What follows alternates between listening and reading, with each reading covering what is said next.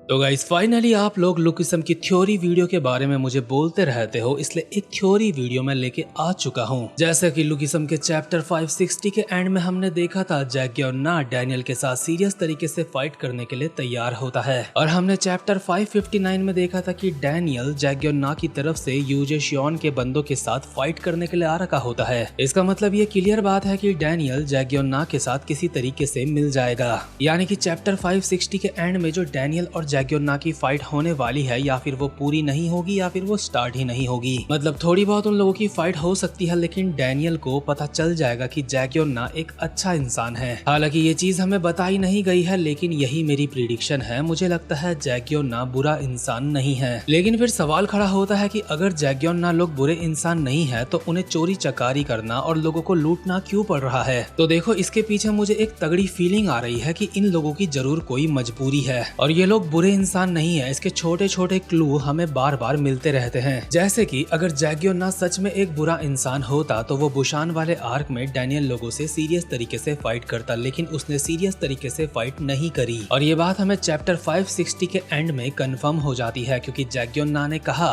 कि बुशान के टाइम पे मैं किसी के ऑर्डर्स में फाइट कर रहा था, लेकिन अभी मैं अपनी मर्जी से फाइट कर रहा हूँ, और ये जो फर्क है ये तेरी जान ले सकता है। इसीलिए जैग्योना सच में एक बुरा इंसान अगर होता तो बुशान वाले आर्क में भी वो डैनियल लोगों को पेल सकता था, अगर जैसा कि उसको लगता है। तो मतलब पेलने में उसका जा ही क्या रहा था। और हाँ, बता दूं, ये बात मैं नहीं बोल रहा कि जैग्योना फाइट में जीत जाएगा, मुझे ऐसा लगता है। बस चैप्टर 560 के एंड में जो जैग्योना के अंदर कॉन्फिडेंस दिखा है, उस कॉन्फिडेंस को देख के तो ऐसा ही लगता है जैसे जैग्योना ये बोलना चाहता है कि वो डैनियल पार्क को जान से मार देगा अगर वो सीरियस हो जाए। साथ ही में जेम्स ली को भी अच्छी तरीके से पता है कि डैनियल कितना ज्यादा खतरनाक है, लेकिन उसके बावजूद भी उसने जैग्योना को ऑर्डर दिया था डैनियल को अपने पास लेके आने के लिए। तो जेम्स ली कोई पागल तो हो नहीं सकता कि ऐसे ही किसी भी अहरे गहरे को ये ऑर्डर दे दे कि डैनियल जैसे बंदे को पकड़ के मेरे पास लेके आओ। और इसके बाद हमने देखा एंचॉन वाले आर्क में, जब योवुल्हा नाम की लड़की जेक और डैनियल का बेवकूफ बनाती है, उनका सामान लेके भागती है, तो भागने से पहले उसने दोनों से ही कहा था कि भले ही एंचॉन में काफी ज्यादा गलत चीजें होती है, लेकिन फिर भी एंचॉन के बारे में ज्यादा गलत मत सोचना। और इस लड़की की इस बात से मुझे सच में ऐसा लग रहा है जैसे इन लोगों का ये सब कुछ करने की कोई मजबूरी है। और साथ ही में आप उस रेस्टोरेंट वाली आंटी को देखो, जो शकल से मतलब बिल्कुल भी हरामी नहीं लग रही है, तो फिर वो 80,000 वॉन क्यों मांग रही है सिर्फ एक सूप के कटोरे के? और उस आंटी के कनेक्शन जैग्योना लोगों के साथ काफी ज्यादा अच्छे हैं। तो मैंने ये कुछ छोटे छोटे क्लूज आपको दिए, जिससे हमें हल्का हल्का पता चलता है कि जैग्योना बुरा इंसान नहीं है। लेकिन अब मैं आप लोगों के सामने पूरी की पूरी पिक्चर रखता हूँ, यानी कि अपनी पूरी की पूरी थ्योरी, यानी कि मेरे हिसाब से अभी एंचॉन में एग्जैक्टली चल क्या रहा है। तो देखो, ये बात तो हम सबको अच्छी तरीके से पता है कि एंचॉन दो हिस्सों में डिवाइड है, यानी कि यहाँ के दो किंग्स हैं, एक है यूजेशियन, दूसरा है जैग्योना।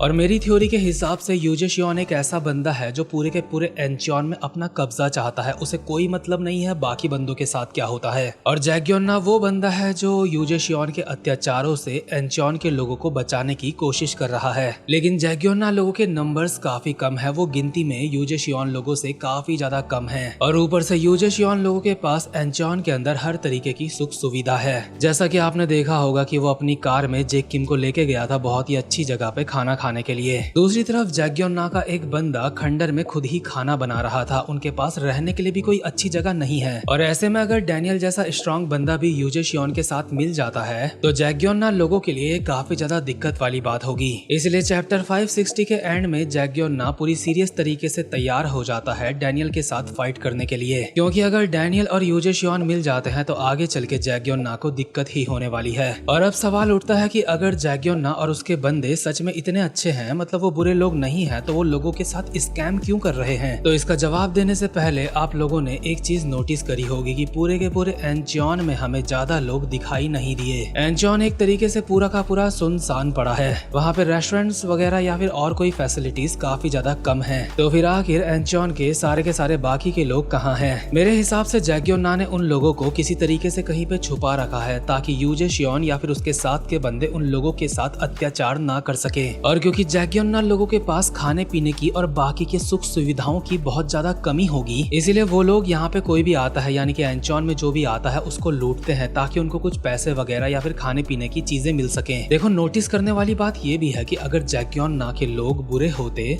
तो वो सिर्फ चोरी करके ना भागते, वो सामने वाले को जान से मार के उसका पैसा वैसा लेके भागते। लेकिन वो लोग ऐसा नहीं करते, इसलिए मुझे पूरी तरीके से यही लगता है कि कि जैक्योना लोग अपने साथ वालों का पेट भरने के लिए चोरी वगैरह करते हैं, और वो जो आंटी 80,000 का सूप का कटोरा दे रही थी वो भी इतना महंगा इसलिए ही देती है ताकि उनके पास पैसे आए और वो अपने लोगों के लिए कुछ खरीद सके। वैसे भी एंचोन का जितना भी माल पानी होगा, खाने पीने का सामान जो कुछ भी होगा, वो सारा का सारा यूजे शियोन के अंडर में होगा। इसलिए जैक्योना के लोग बीच बीच में यूजे शियोन के लोगों के ऊपर हमले भी करते रहते हैं ताकि वो वहां से कुछ सामान भी लेके आ सके। लेकिन ऑल ओवर जैक्योना लोग यूजे शियोन लोगों से कमजोर हैं, और जैक्योना जब बुशान में था तो उसकी जेम्स ली के साथ यही डील हुई होगी कि जेम्स ली किसी तरीके से एंचोन में जैक्योना के लोगों की मदद करेगा। मेरी ये थ्योरी इस हिसाब से तो फिट बैठती ही है कि जैक्योना लोगों के साथ स्कैम क्यों करते हैं, लेकिन साथ ही साथ में इस थ्योरी से ये भी पता चलता है कि एंचोन के अंदर चल क्या रहा है। और देखो, मैं पीटीजे के चाचा का लड़का तो हूँ नहीं जो बिल्कुल वर्ड टू वर्ड बता दो कि आगे क्या होने वाला है, लेकिन जो मैं ये थ्योरी बता रहा हूँ मेरे हिसाब से ये थ्योरी रियलिटी के काफी ज्यादा करीब है। भले ही एग्जैक्टली ऐसा नहीं होगा, लेकिन रियलिटी के बहुत करीब होगी ये थ्योरी, और ये सब कुछ सच होगा। इसीलिए डैनियल भी जैक्योना के साथ मिलने के लिए तैयार हुआ होगा।